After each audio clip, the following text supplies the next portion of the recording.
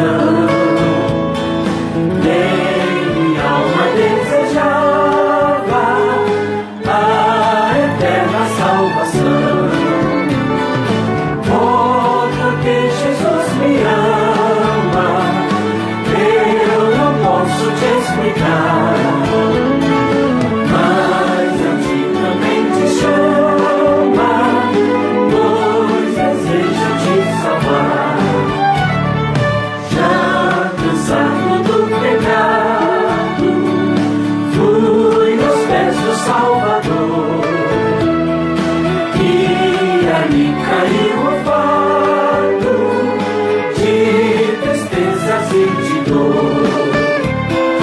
Oh, porque Jesus me ama, eu não posso te explicar. Mas a ti também te chama, pois deseja te salvar. Como é maravilhoso pertencer ao meu Jesus, ter a graça, o repouso e ficar ao pé da cruz. Oh, porque Jesus me ama, eu não posso te explicar. Mas a ti também te chama, pois deseja te salvar.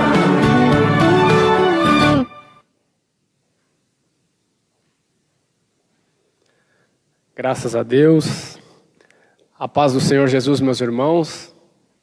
Deus seja louvado mais uma vez, que nesta manhã Ele nos ajude. Espero que você esteja bem. Mais uma manhã que Deus preparou para nós estarmos aqui, aprendendo a bendita palavra de Deus. Palavra que nos fortalece, nos ajuda, nos ergue, nos levanta.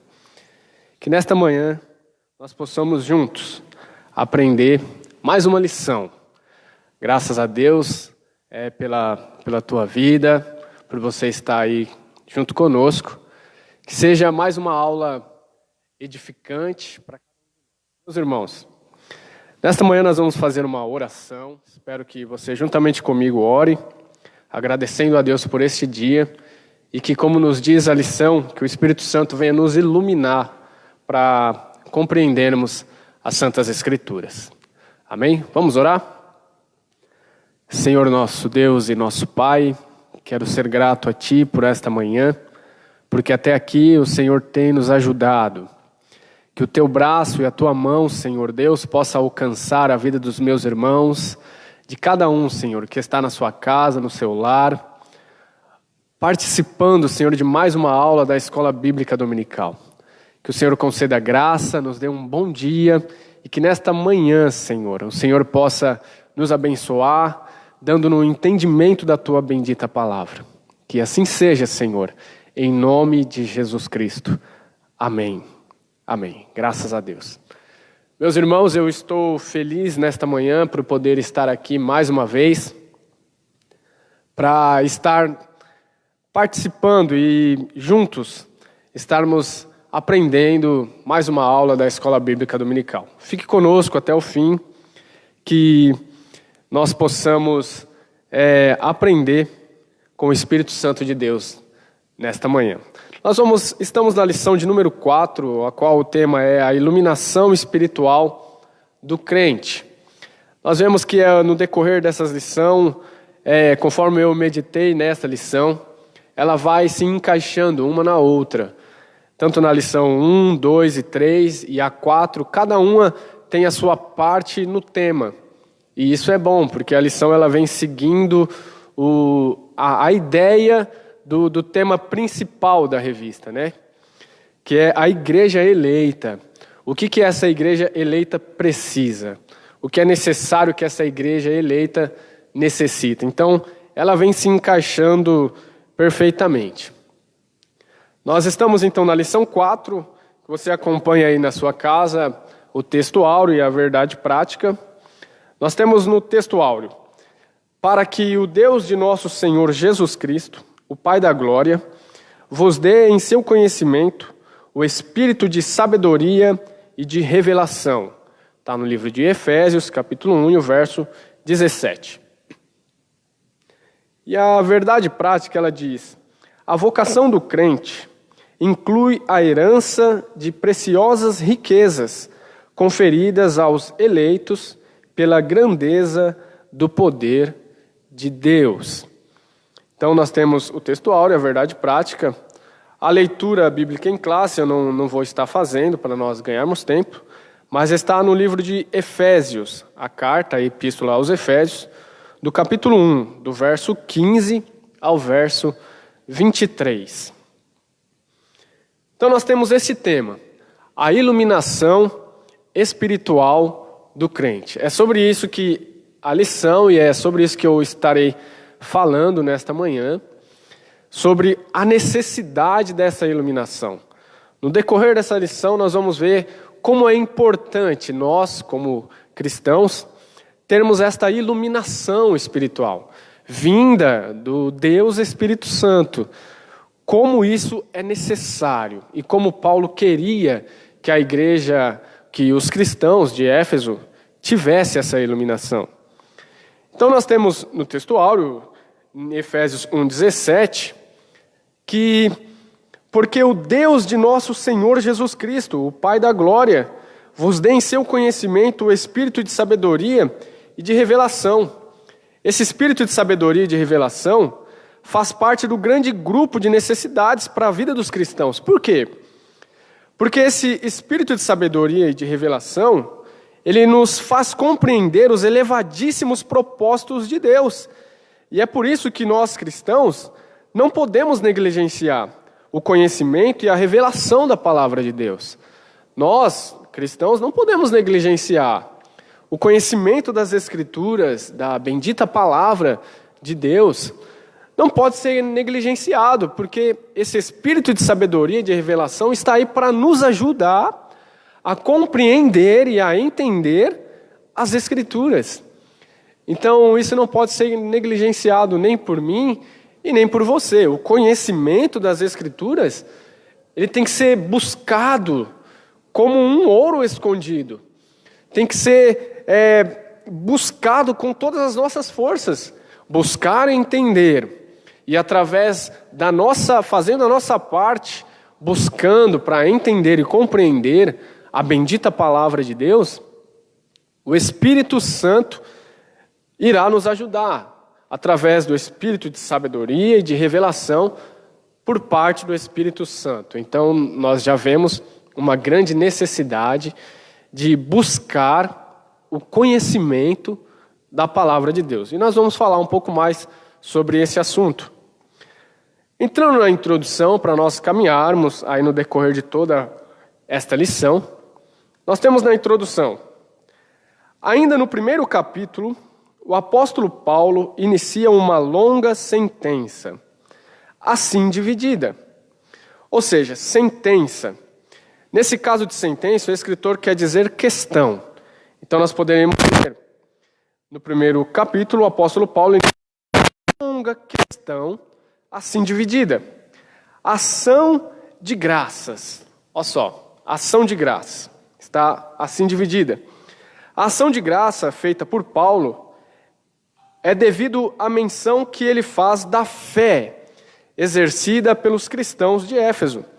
A fé em Cristo e não mera crença em qualquer outra coisa. A fé que consiste da entrega, a confiança que parte da alma. É disso que ele está falando e dando graças. Então, quando ele agradece, ele vai falar, eu dou graças a Deus por vocês, ele está fazendo menção da fé que os irmãos têm. Ele via a fé, ele admirava a fé que chegava ao conhecimento das pessoas que estavam longe. Então ele agradece a Deus pela fé que os cristãos de Éfeso tinham.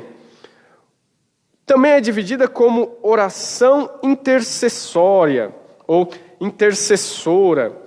Vemos também a questão da oração intercessória, com o fim de ver os cristãos amadurecendo no conhecimento da revelação da palavra de Deus.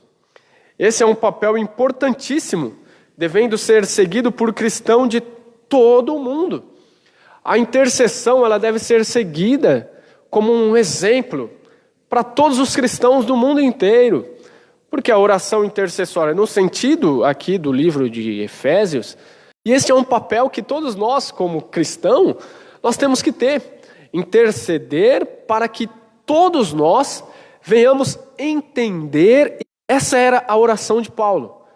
Orar para que os crentes tenham o Espírito Santo, para que eles conheçam e entendam a bendita palavra de Deus. Olha que interessante, esse era o desejo de Paulo, que os irmãos conhecessem. Esse é o meu desejo, esse é o desejo de muitos líderes, que os seus membros, a igreja no geral, os jovens, os adolescentes, leiam as Escrituras e entendam o que estão lendo. Porque quando o crente lê e entende, é algo glorioso, é algo bendito da parte de Deus. Então que nesta manhã o Espírito Santo venha iluminar o nosso entendimento. E que eu ore por você, você ore por mim, que nós venhamos orar uns pelos outros, para que o Espírito de sabedoria possa nos alcançar. Para que possamos ler, meditar e compreender as Escrituras, a palavra de Deus. Uma outra divisão que nós vemos aqui na introdução é a confissão de louvor e exaltação. Olha só, como é interessante também essa parte. Aparece também a questão da confissão de louvor e adoração. E por que essa questão de confissão de louvor e adoração? Porque Cristo está acima de todo principado. Isso nos mostra autoridade, nos mostra governo, soberania sobre poderes angelicais, tanto dos bons quanto dos maus. E isso nos leva a confessar a dignidade de louvar e adorar aquele que era, que é e que há de vir.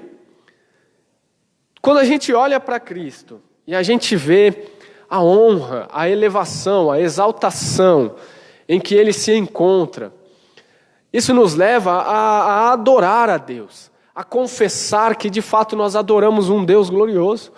Quando nós olhamos para Cristo, nós podemos ver o poder a qual Ele tem, a exaltação em qual Ele se encontra. E isso nos faz com que nós venhamos glorificar o Seu nome. Então, que nós venhamos adorar a Deus por isso. Alguns desses assuntos nós vamos ver nos tópicos que se seguem, mas que nós venhamos entender, como nos diz aqui na introdução.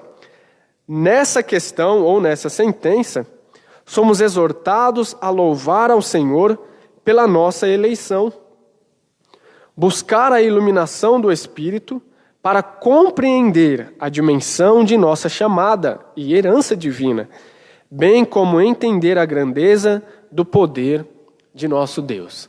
Bom, esse é o foco da nossa lição e desse primeiro tópico, é que nós venhamos entender, compreender, ou seja, não negligenciar o conhecimento das Escrituras, jamais.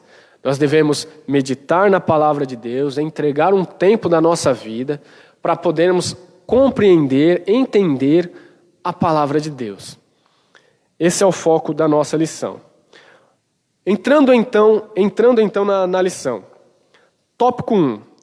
A esperança da vocação e a riqueza da glória. O apóstolo ensina que os salvos precisam ser iluminados para compreenderem quais são a esperança da vocação e as riquezas da glória da sua herança. O escritor sagrado, ele deixa claro que o entendimento espiritual acerca de questões fundamentais da vida cristã, bem como os alvos futuros, nos é dado através do Espírito Santo. Essa compreensão não é alcançada pela intelectualidade humana, e é por isso que o cristão deve sempre buscar em Deus essa sabedoria e revelação. Temos que fazer a nossa parte. Nós temos que fazer a nossa parte. Temos que buscar em Deus essa revelação da palavra de Deus. As Escrituras, ela é um poço sem fim. ela é um manancial sem fim. E enquanto mais a gente medita, quanto mais a gente lê, quanto mais a gente se dedica em buscar o conhecimento de Deus, mais a gente se fortifica e amadurece na presença de Deus. Esse é o intuito que nós vemos nas Escrituras como um conselho do apóstolo Paulo e de tantos outros escritores, é que haja dedicação do crente. Quanto ao meditar da palavra, quanto à compreensão da palavra, porque fazendo assim, nós iremos ficar cada vez mais firmes, mais constantes, mais firmados na sã doutrina do nosso Deus. Então, que haja essa dedicação. Ação de graças e intercessão. O apóstolo se alegra em dar graças a Deus pela vida dos eleitos. Olha só, ele se alegra em dar graças a Deus pela vida dos eleitos. Quando Paulo fala de dar graças a Deus, ele fala de oração. Quando ele está dizendo que eu dou graças a Deus, faço menção de vós em oração. Então, quando ele fala de dar graças a Deus, ele fala de oração. E nos escritos de Paulo é comum a ideia da oração incessante. Paulo, ele sempre orava. Quando nós vemos nas Escrituras, você pode anotar aí na sua casa, Efésios 6 e o verso 18, 1 Tessalonicenses 5,17, Romanos 1 e 9, 1 Tessalonicenses 1, verso 2, 1 Tessalonicenses 2, verso 13.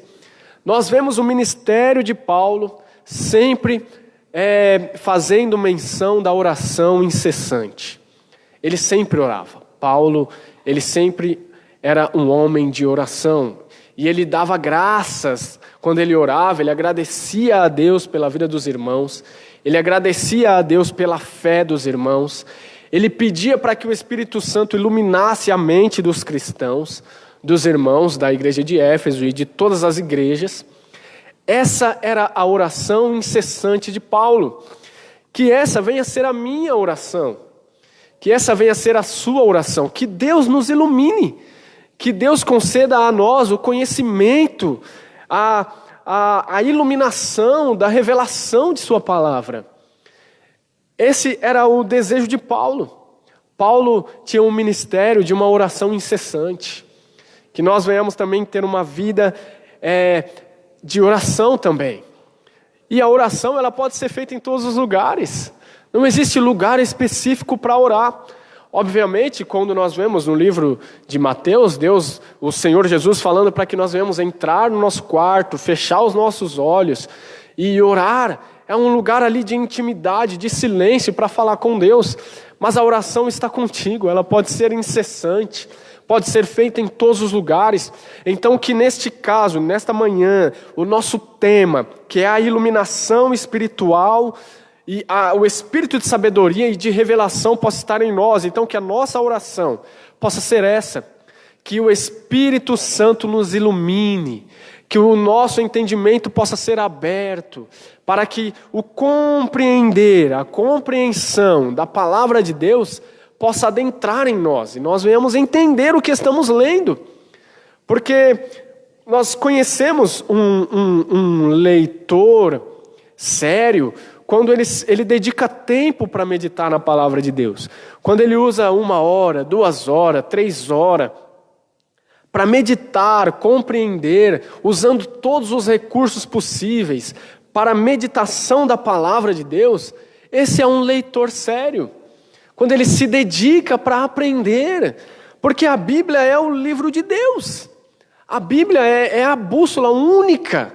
Somente as Escrituras falam de Deus. E quando nós falamos que somente as Escrituras falam de Deus, e aí alguém pode falar, mas os céus também falam, a nossa vida também fala sobre Deus. Mas é nas Escrituras que fala isso para nós, que os céus manifestam a glória de Deus. Se na Bíblia não tivesse escrito isso, talvez nós nunca iríamos compreender que o céu manifesta a glória de Deus. Mas foi as Escrituras que disse que o céu manifesta a glória de Deus. Então nós vemos a importância de entender as Escrituras. Aí a gente pode ver um leitor que não é tão sério, quando ele apenas abre a Bíblia aleatoriamente para ler um verso. E ele começa a querer interpretar um único verso fora de um contexto. E aí a gente percebe que ele não é um leitor sério. Quando ele vai ler a sua Bíblia e ele abre um texto sem foco algum, diante de uma TV ligada, diante de um barulho, e aí tira a atenção desse leitor. Então que nós não sejamos assim, meus irmãos. Que nós venhamos ter foco, dedicação, seriedade para meditar na palavra de Deus. Este é o desejo de Paulo, porque Paulo orava para que o Espírito Santo iluminasse a mente dos cristãos. E para que isso aconteça, tem que ter uma busca constante, uma dedicação, ser um leitor sério da palavra de Deus. Então que isso não venha faltar nas nossas vidas. Passando mais adiante, a lição fala: a eleição, a predestinação e filiação e o dom do Espírito Santo. Ele intercede para que seja concedido aos seus leitores o espírito de sabedoria e de revelação. Por quê? Porque se nós cristãos compreendermos o que de fato significa ser feito filho de Deus, nós focaríamos nos alvos mais elevados, na visão mais elevada, na entrega mais elevada. Quando recebemos o espírito de sabedoria e de revelação, poderemos dizer que estamos um passo além na vida cristã. E é essa a oração de Paulo por nós, que compreendamos isso. Essa era a oração de Paulo, que o espírito de sabedoria e de revelação alcance os meus irmãos. Que nesta manhã o espírito de sabedoria e de revelação te alcance, meus irmãos. Talvez alguém que não é muito de meditar na palavra de Deus, que possa nesta manhã ser alcançado pelo Espírito Santo, e que o Espírito Santo coloque no seu coração o desejo de aprender, o desejo de ler, o desejo de meditar, o desejo de compreender as santas Escrituras. Esse é o desejo que nós queremos nesta manhã. Que nós... É maravilhoso quando nós se dedicamos a estudar a palavra de Deus. Quanto mais você vai tendo revelação das Escrituras, quanto mais você medita e vai compreendendo os textos, isso é algo lógico. Você não tem vontade de parar. É algo incrível quando você olha para o relógio, a hora se vai e você... sentou à tarde e quando você vê já está à noite. Isso acontece comigo. E eu tenho certeza que isso acontece com muitos irmãos. Quando você se debruça ali para aprender e esse espírito de sabedoria e de revelação, ele te alcança.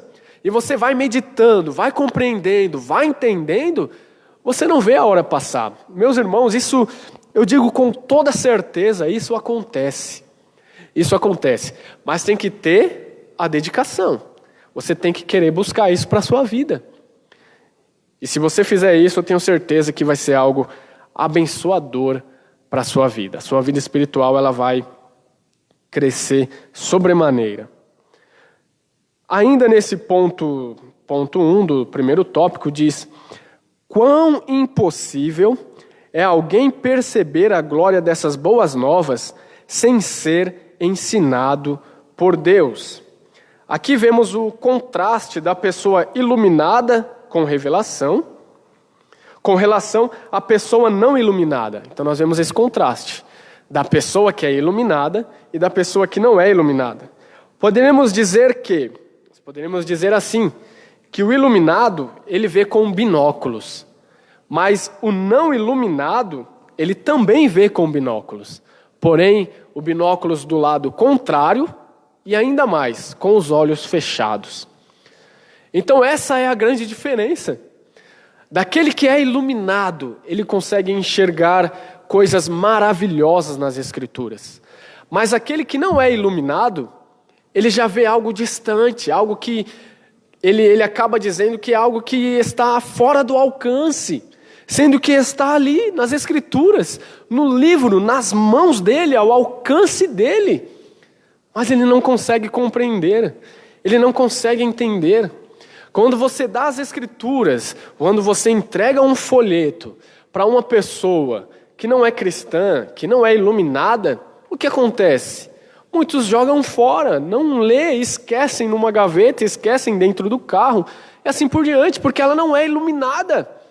Mas você é, meu irmão. Eu e você somos iluminados pelo Espírito Santo. É por isso que nós temos que ter essa dedicação nas Escrituras, meditar na Bíblia Sagrada, porque o Espírito Santo está em nós, é Deus morando dentro de nós. Você já parou para pensar nisso? Que o Espírito Santo, ele mora em você, e você tem a grande bússola, a única bússola existente em toda a face da terra, está nas tuas mãos. Você carrega ela todos os dias quando vem para o culto, você tem ela dentro da sua casa. Então, meu irmão, se dedique a ler as Escrituras. Eu e você precisamos, dia após dia, em momentos como esse, que nós não podemos vir para o culto, para a igreja física, nós temos dentro da nossa casa o livro sagrado, inspirado pelo Espírito Santo. Então não negligencie as Escrituras, não abandone a sua Bíblia. É ela a única e exclusiva revelação de Deus. Entenda isso nesta manhã, compreenda isso, medite nas Escrituras, tenha ela como bússola, como o único livro que te direciona sem erro para Deus nesta manhã, meus irmãos. Olha que coisa maravilhosa. Ponto 2. A esperança da vocação.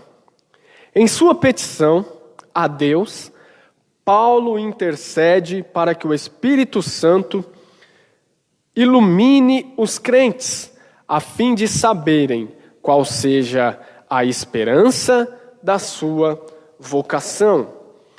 A oração de Paulo tinha um propósito, assim como a minha e a sua oração, ela tem que ter um propósito. E o propósito era que Deus concedesse um profundo entendimento aos cristãos com relação à nossa vocação. Por que a iluminação? Primeiro, conhecer profundamente e não superficialmente aquilo que nós esperamos. O que você espera para a sua vida cristã? O que é que você espera? Talvez você espere alguma coisa, mas eu te digo nesta manhã que nas Escrituras Sagradas está dizendo o que eu e você precisamos esperar. É na Bíblia Sagrada que nós encontramos o que de fato eu e você precisamos esperar. E se nós esperamos o que a Bíblia Sagrada nos ensina, então nós precisamos esperar com conhecimento profundo. E é por isso que precisamos desta iluminação, para compreendermos profundamente o que de fato esperamos na nossa vida cristã.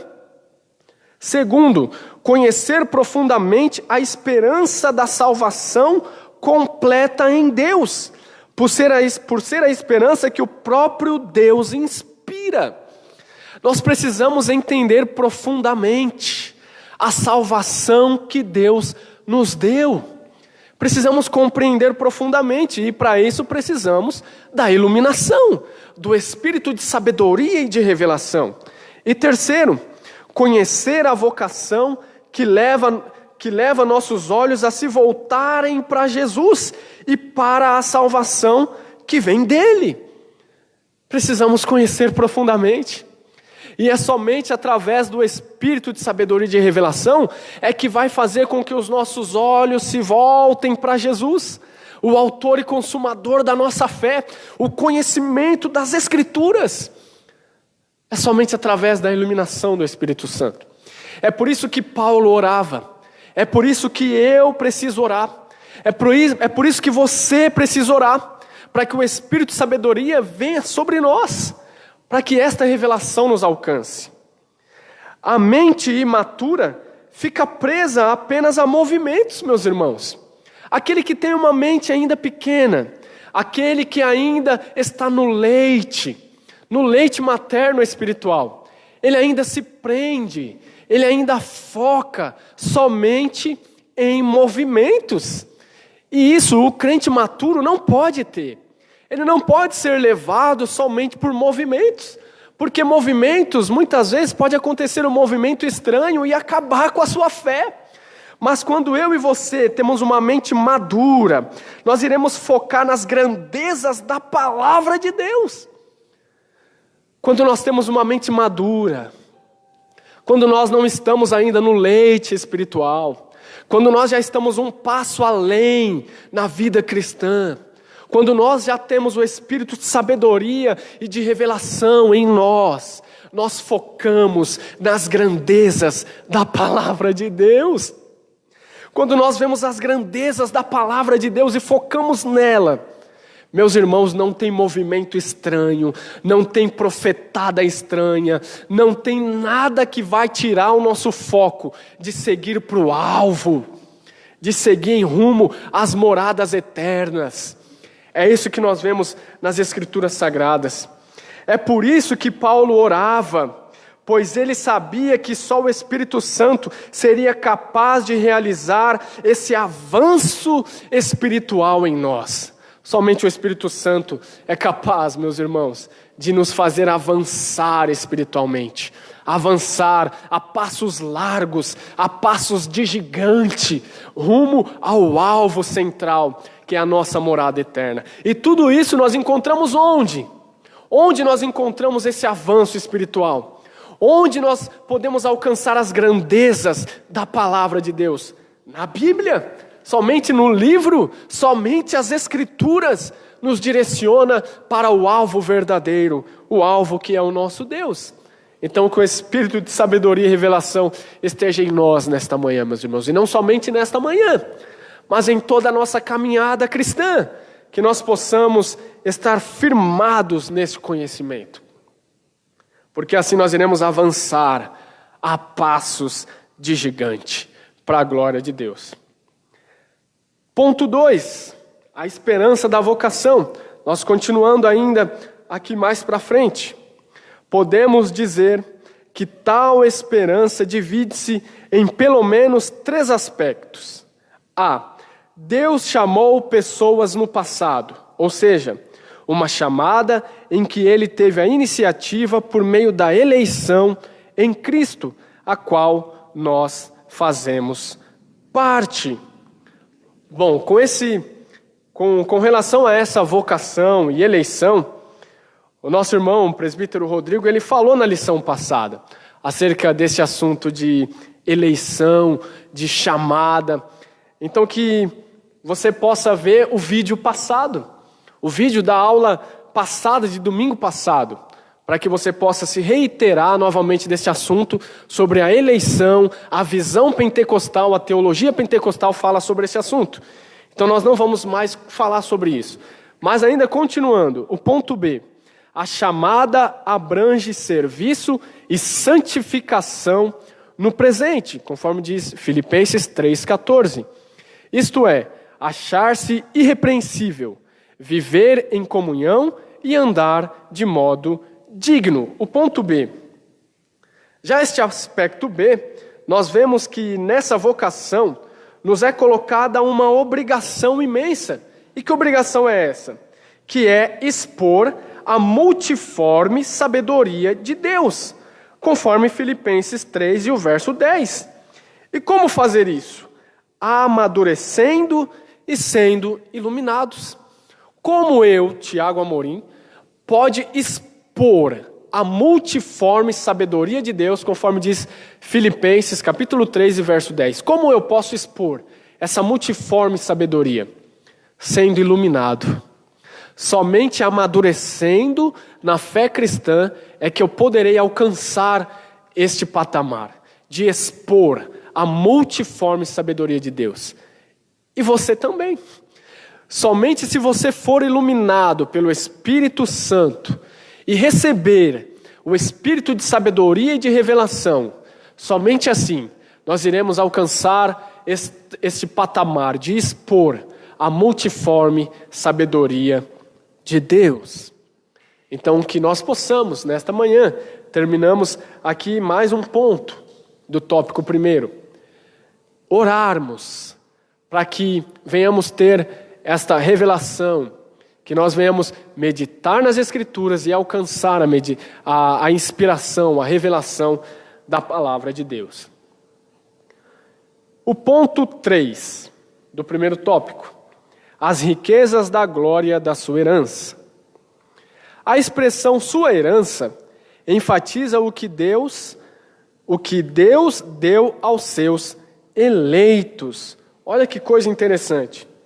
O que foi que Deus deu aos seus eleitos? Porque, conforme nos diz aqui, a expressão sua herança enfatiza o que Deus deu aos seus eleitos. Colossenses 1:12. O que foi que Deus nos deu? O que Deus deu aos seus eleitos?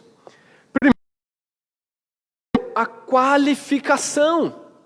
Deus nos deu a qualificação para que nos tornemos participantes da sua herança. Deus nos deu essa qualificação de sermos parte e participantes da herança.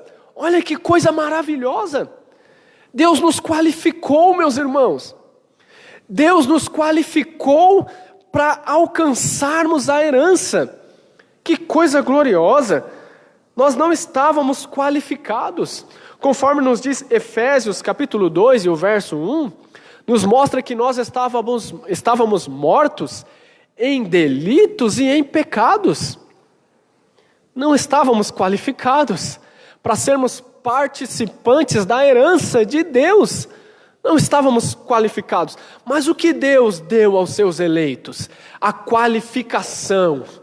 Deus nos deu a qualificação para sermos participantes dessa herança. E isso é algo glorioso.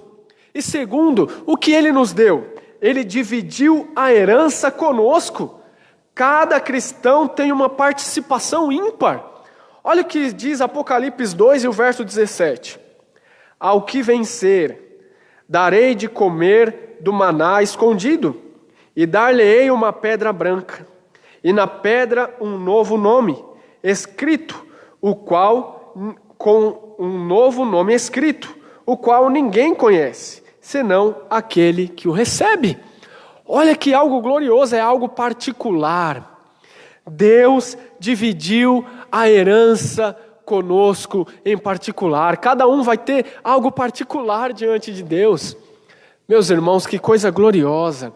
É quando nós vemos as Escrituras dizendo que Deus nos qualificou, que Deus dividiu a sua herança conosco, ainda que nós não merecíamos, não estávamos qualificados e não merecíamos herança nenhuma. Ele idealizou qualificar-nos e dar a participação na herança. Oh, que coisa gloriosa, meus irmãos, que coisa magnífica nós vemos da parte do nosso Deus. Continuando a nossa lição, olha o que nos diz aqui no tópico 2, partindo para o tópico 2. A sobreexcelente grandeza e força do poder divino. O poder divino é imensurável e nada pode detê-lo. Em sua carta, Paulo se esmera no esforço de traduzir a grandiosidade e a eficácia desse poder que opera em favor dos crentes. Olha que coisa maravilhosa. A intenção do escritor ao orar, no caso Paulo, é que os cristãos sejam iluminados para compreender que fomos vocacionados por um Deus onipotente. Olha, ele orava: Senhor, concede um entendimento para os cristãos, para que eles entendam que eles foram chamados, não foi por qualquer um. Que eles compreendam que eles foram chamados por um Deus onipotente.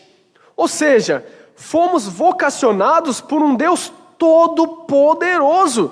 Foi esse Deus que nos chamou. O Deus todo-poderoso que te chamou. Não foi uma imagem de escultura. Não foi ninguém, não foi um homem. Foi o Deus todo-poderoso, meus irmãos, que te chamou nesta manhã. Entenda isso em nome de Jesus Cristo, que você foi chamado pelo Deus onipotente. Onipotente. Entenda isso nesta manhã. Nós somos chamados por um Deus grande, um Deus onipotente, meus irmãos, o Deus todo-poderoso que nos chamou. Quando eu olho para trás e vejo de onde Deus me chamou, de onde Deus me tirou, eu só tenho que ser grato a Deus. Medite nisso nesta manhã. De onde Deus te tirou? De onde você veio? Quem era você? Foi o Deus onipotente que te chamou. Medite nisso nesta manhã. Medite nisso nesta manhã. Continuando, indo para o ponto 1 do segundo tópico. A sobre-excelente grandeza do seu poder. O apóstolo orou para que os salvos pudessem entender a sobre-excelente grandeza do poder de Deus. Perceba que a palavra sobre-excelente é traduzida do grego uperbalo, que na forma adjetiva significa extraordinário. Extraordinário. Esse poder que nós precisamos conhecer é totalmente fora de medida. Nós precisamos compreender esse poder que é fora de medida, ou seja, ele é um poder incomensurável, além da razão e do cálculo humano. E quando somos iluminados pelo Espírito de sabedoria e de revelação, o pouco que podemos entender, chegamos a chamar Deus, no mínimo, de onipotente. No mínimo.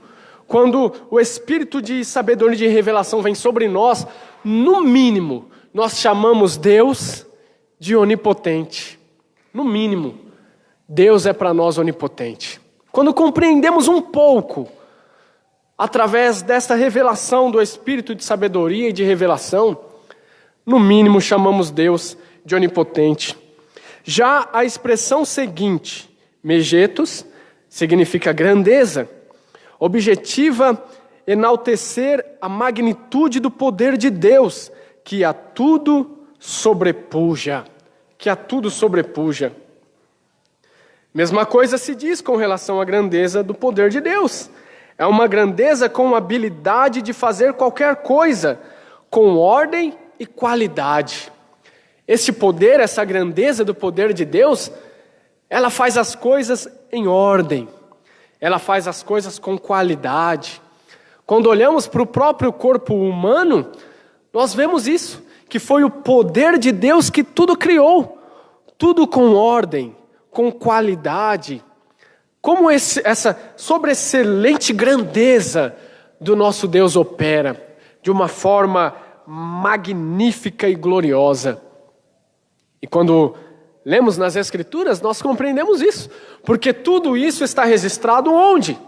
Nas Escrituras, na palavra de Deus. E é isso que o apóstolo Paulo quer, que os crentes meditem na Bíblia, mas que compreendam a Bíblia. Quer que os crentes se dedicam ao conhecimento, mas que o Espírito de sabedoria e revelação os ajude. É isso que nós queremos nesta manhã, que nós sejamos iluminados pelo Espírito Santo. Esse é o ponto central das Escrituras, que compreendamos quem é o Cristo ressurreto, o único Deus verdadeiro. Olha que coisa maravilhosa. Temos aqui, logo, a repetição desses termos indica que apenas o maior de todos os poderes é capaz de realizar a transformação e a salvação do homem. Temos aqui, meus irmãos, algo extraordinário.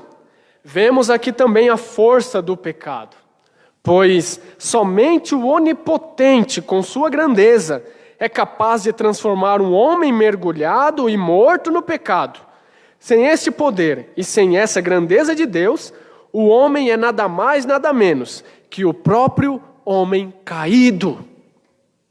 Se Deus não entrar no negócio, se Deus não operar, meus irmãos, se Deus não entrar em operação, o poder de Deus não atuar no homem, o homem não passa de apenas um homem caído. Mas nós percebemos que fomos alcançados por essa grandeza. Fomos alcançados por este poder maravilhoso que teve a força de mudar a nossa história. Que coisa tremenda.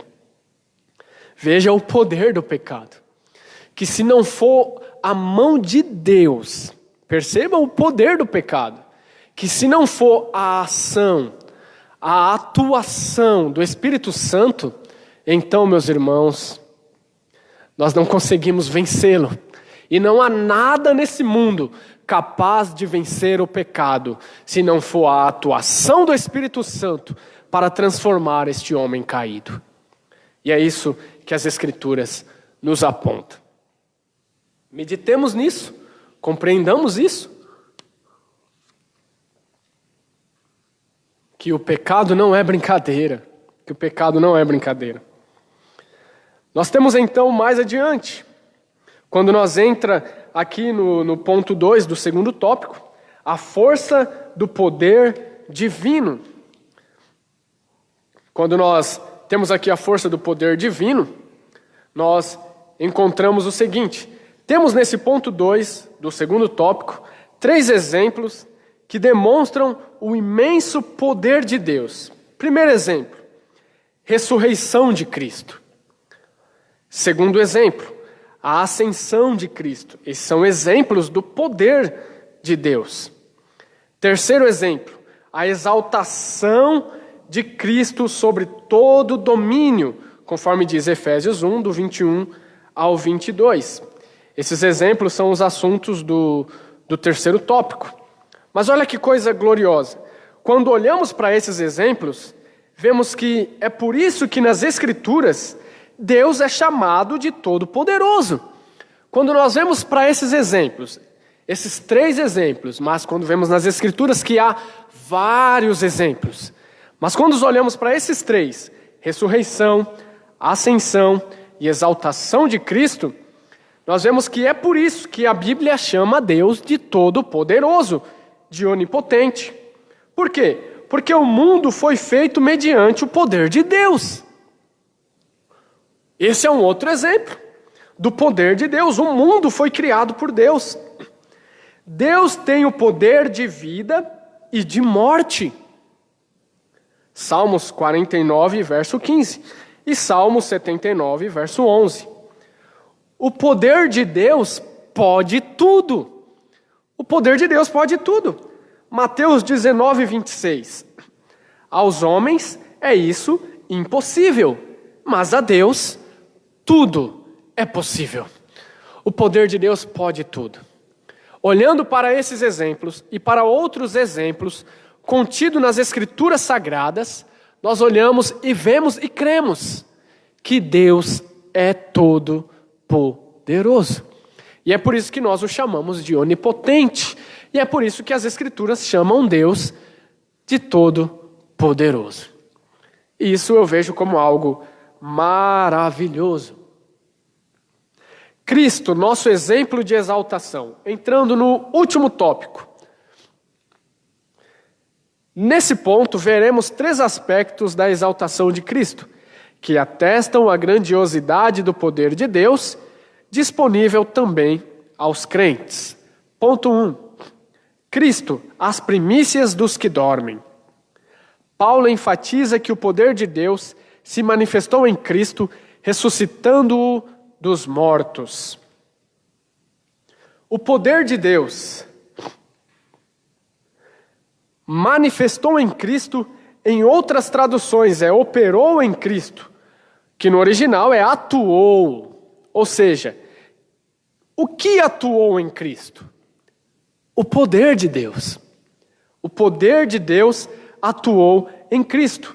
Atuou como? Ressuscitando Jesus. E atuou como? Com eficácia.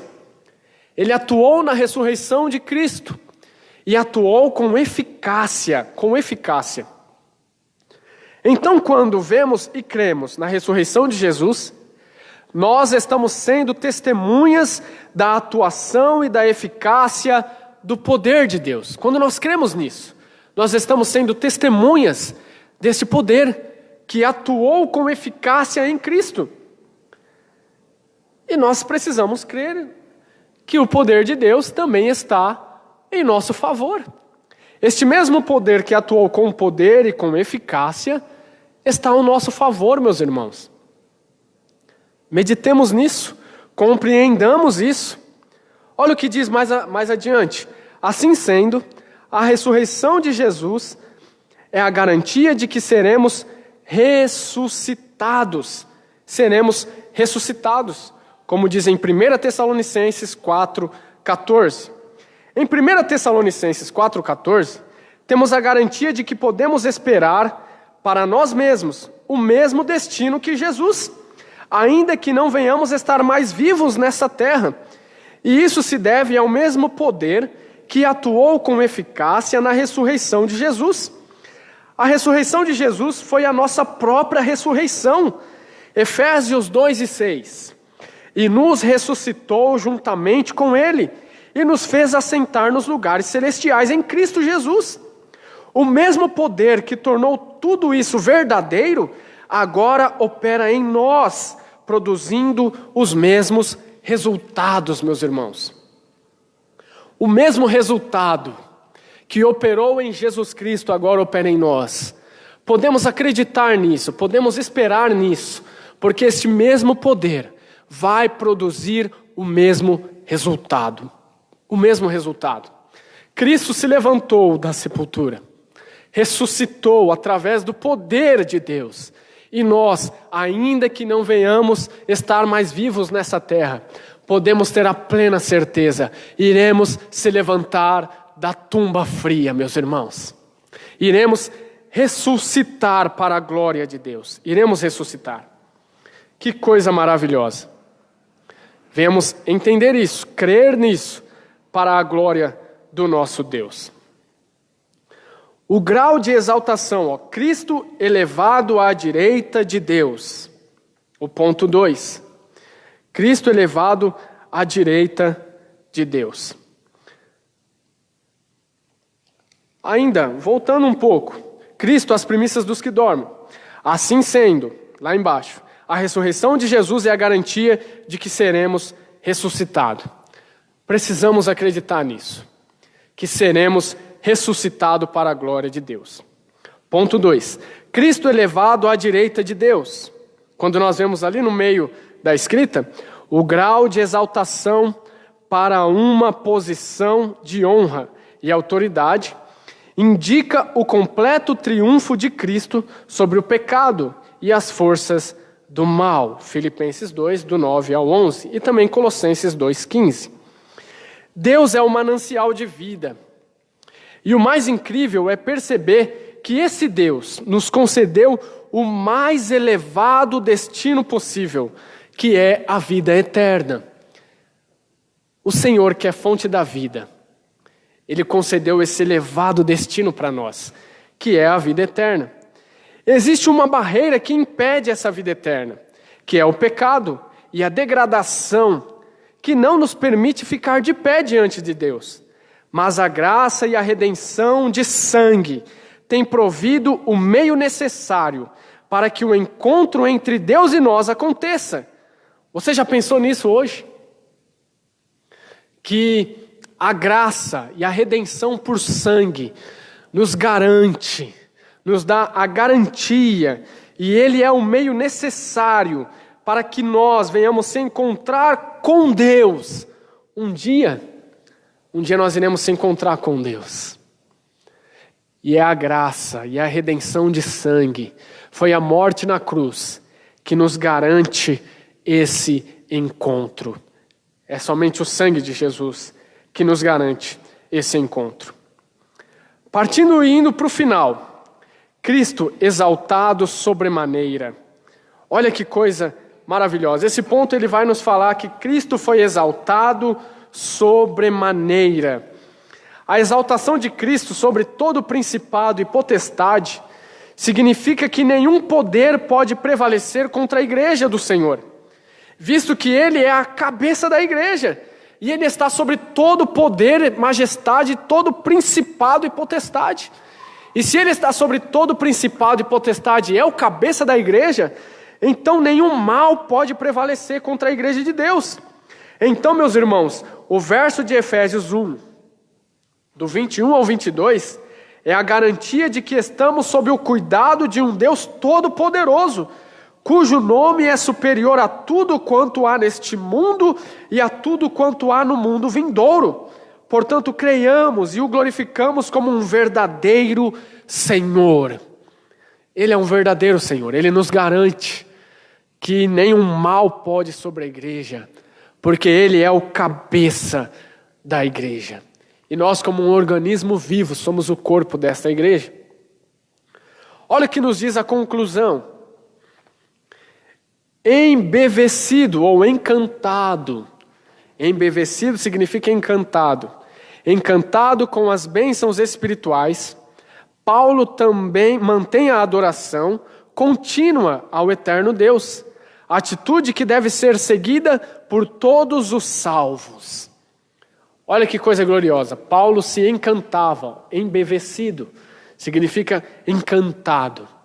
Paulo se encantava. Até que ponto as promessas futuras descritas nas Escrituras nos encanta? Até que ponto as Escrituras nos encantam? As promessas futuras, ela nos encanta. Até que ponto? Se eu te falar que você vai ressuscitar, isso te encanta?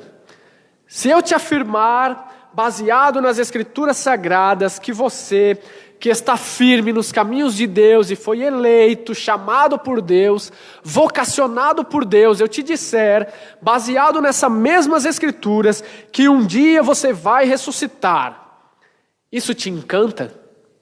Isso encantava Paulo. E se eu falar que você pode ser arrebatado, isso te encanta?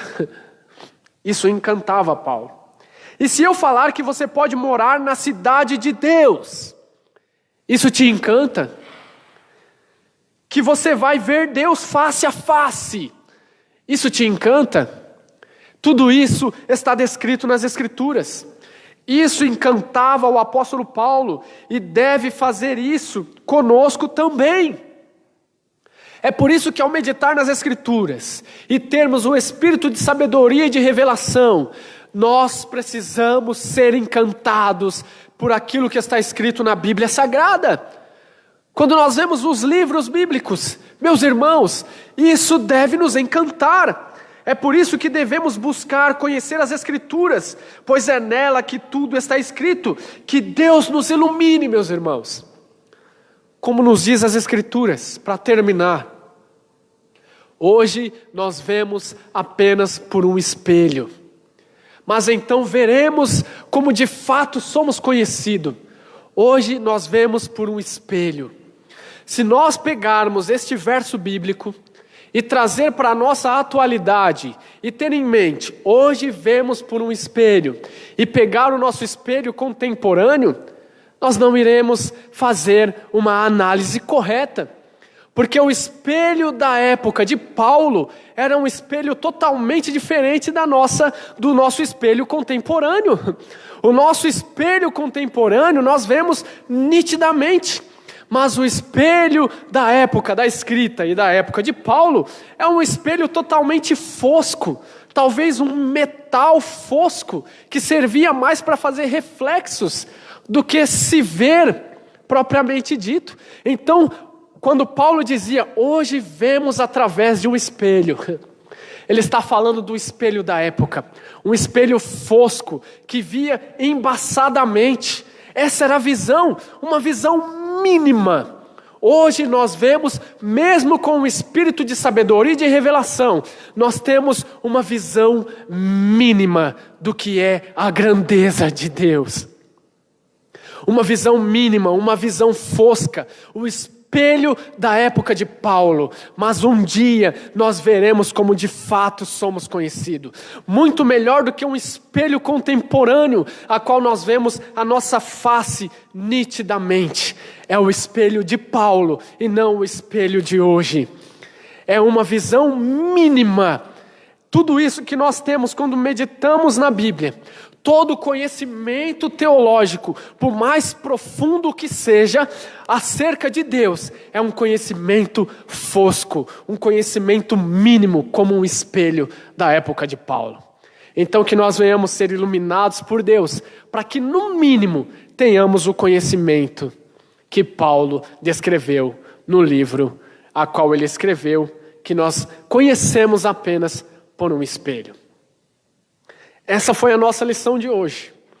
Que o Espírito Santo, o Espírito de sabedoria e de revelação nos alcance, para darmos cada dia mais revelação e conhecimento da parte de Deus.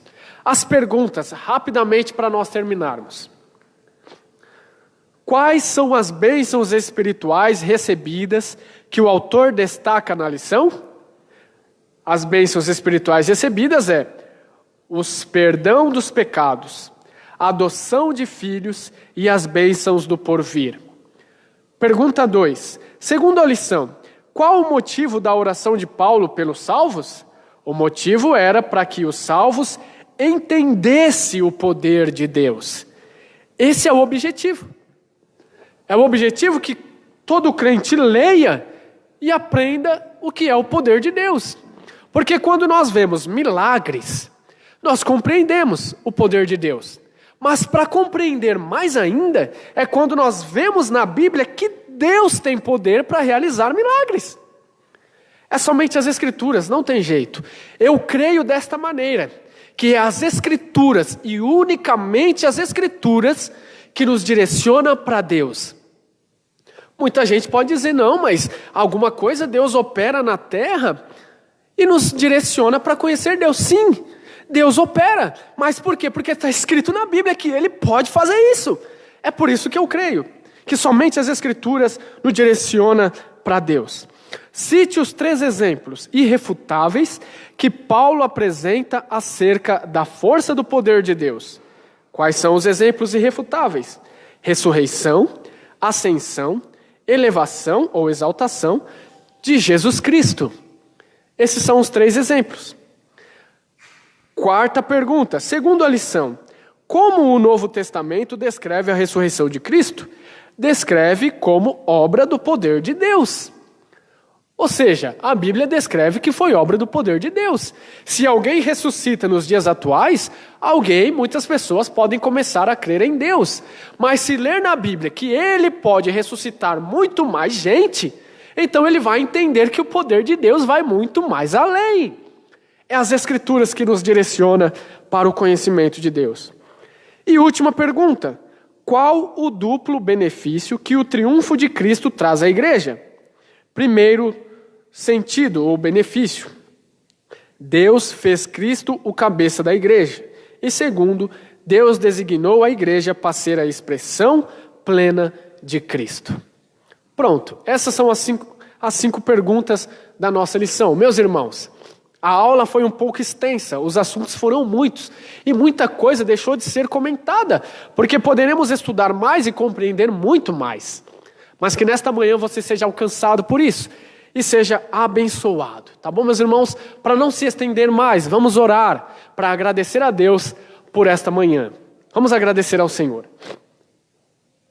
Senhor, nosso Deus e nosso Pai, nos ajude, Senhor, nos dê força para meditarmos nas Escrituras e entendermos as Escrituras, conforme o tema da lição nesta manhã, que o Espírito de sabedoria e de revelação alcance a minha vida todos os dias daqui para frente, em toda a minha caminhada cristã, e alcance também os meus irmãos. Todos os meus irmãos na fé, no Brasil e no mundo, sejam alcançados pelo Espírito de sabedoria e de revelação para a glória do seu nome. Assim eu oro e te agradeço em nome de Jesus Cristo. Meus irmãos, que Deus nos abençoe, te dê um ótimo dia para a glória do Senhor. E viva Jesus! Amém.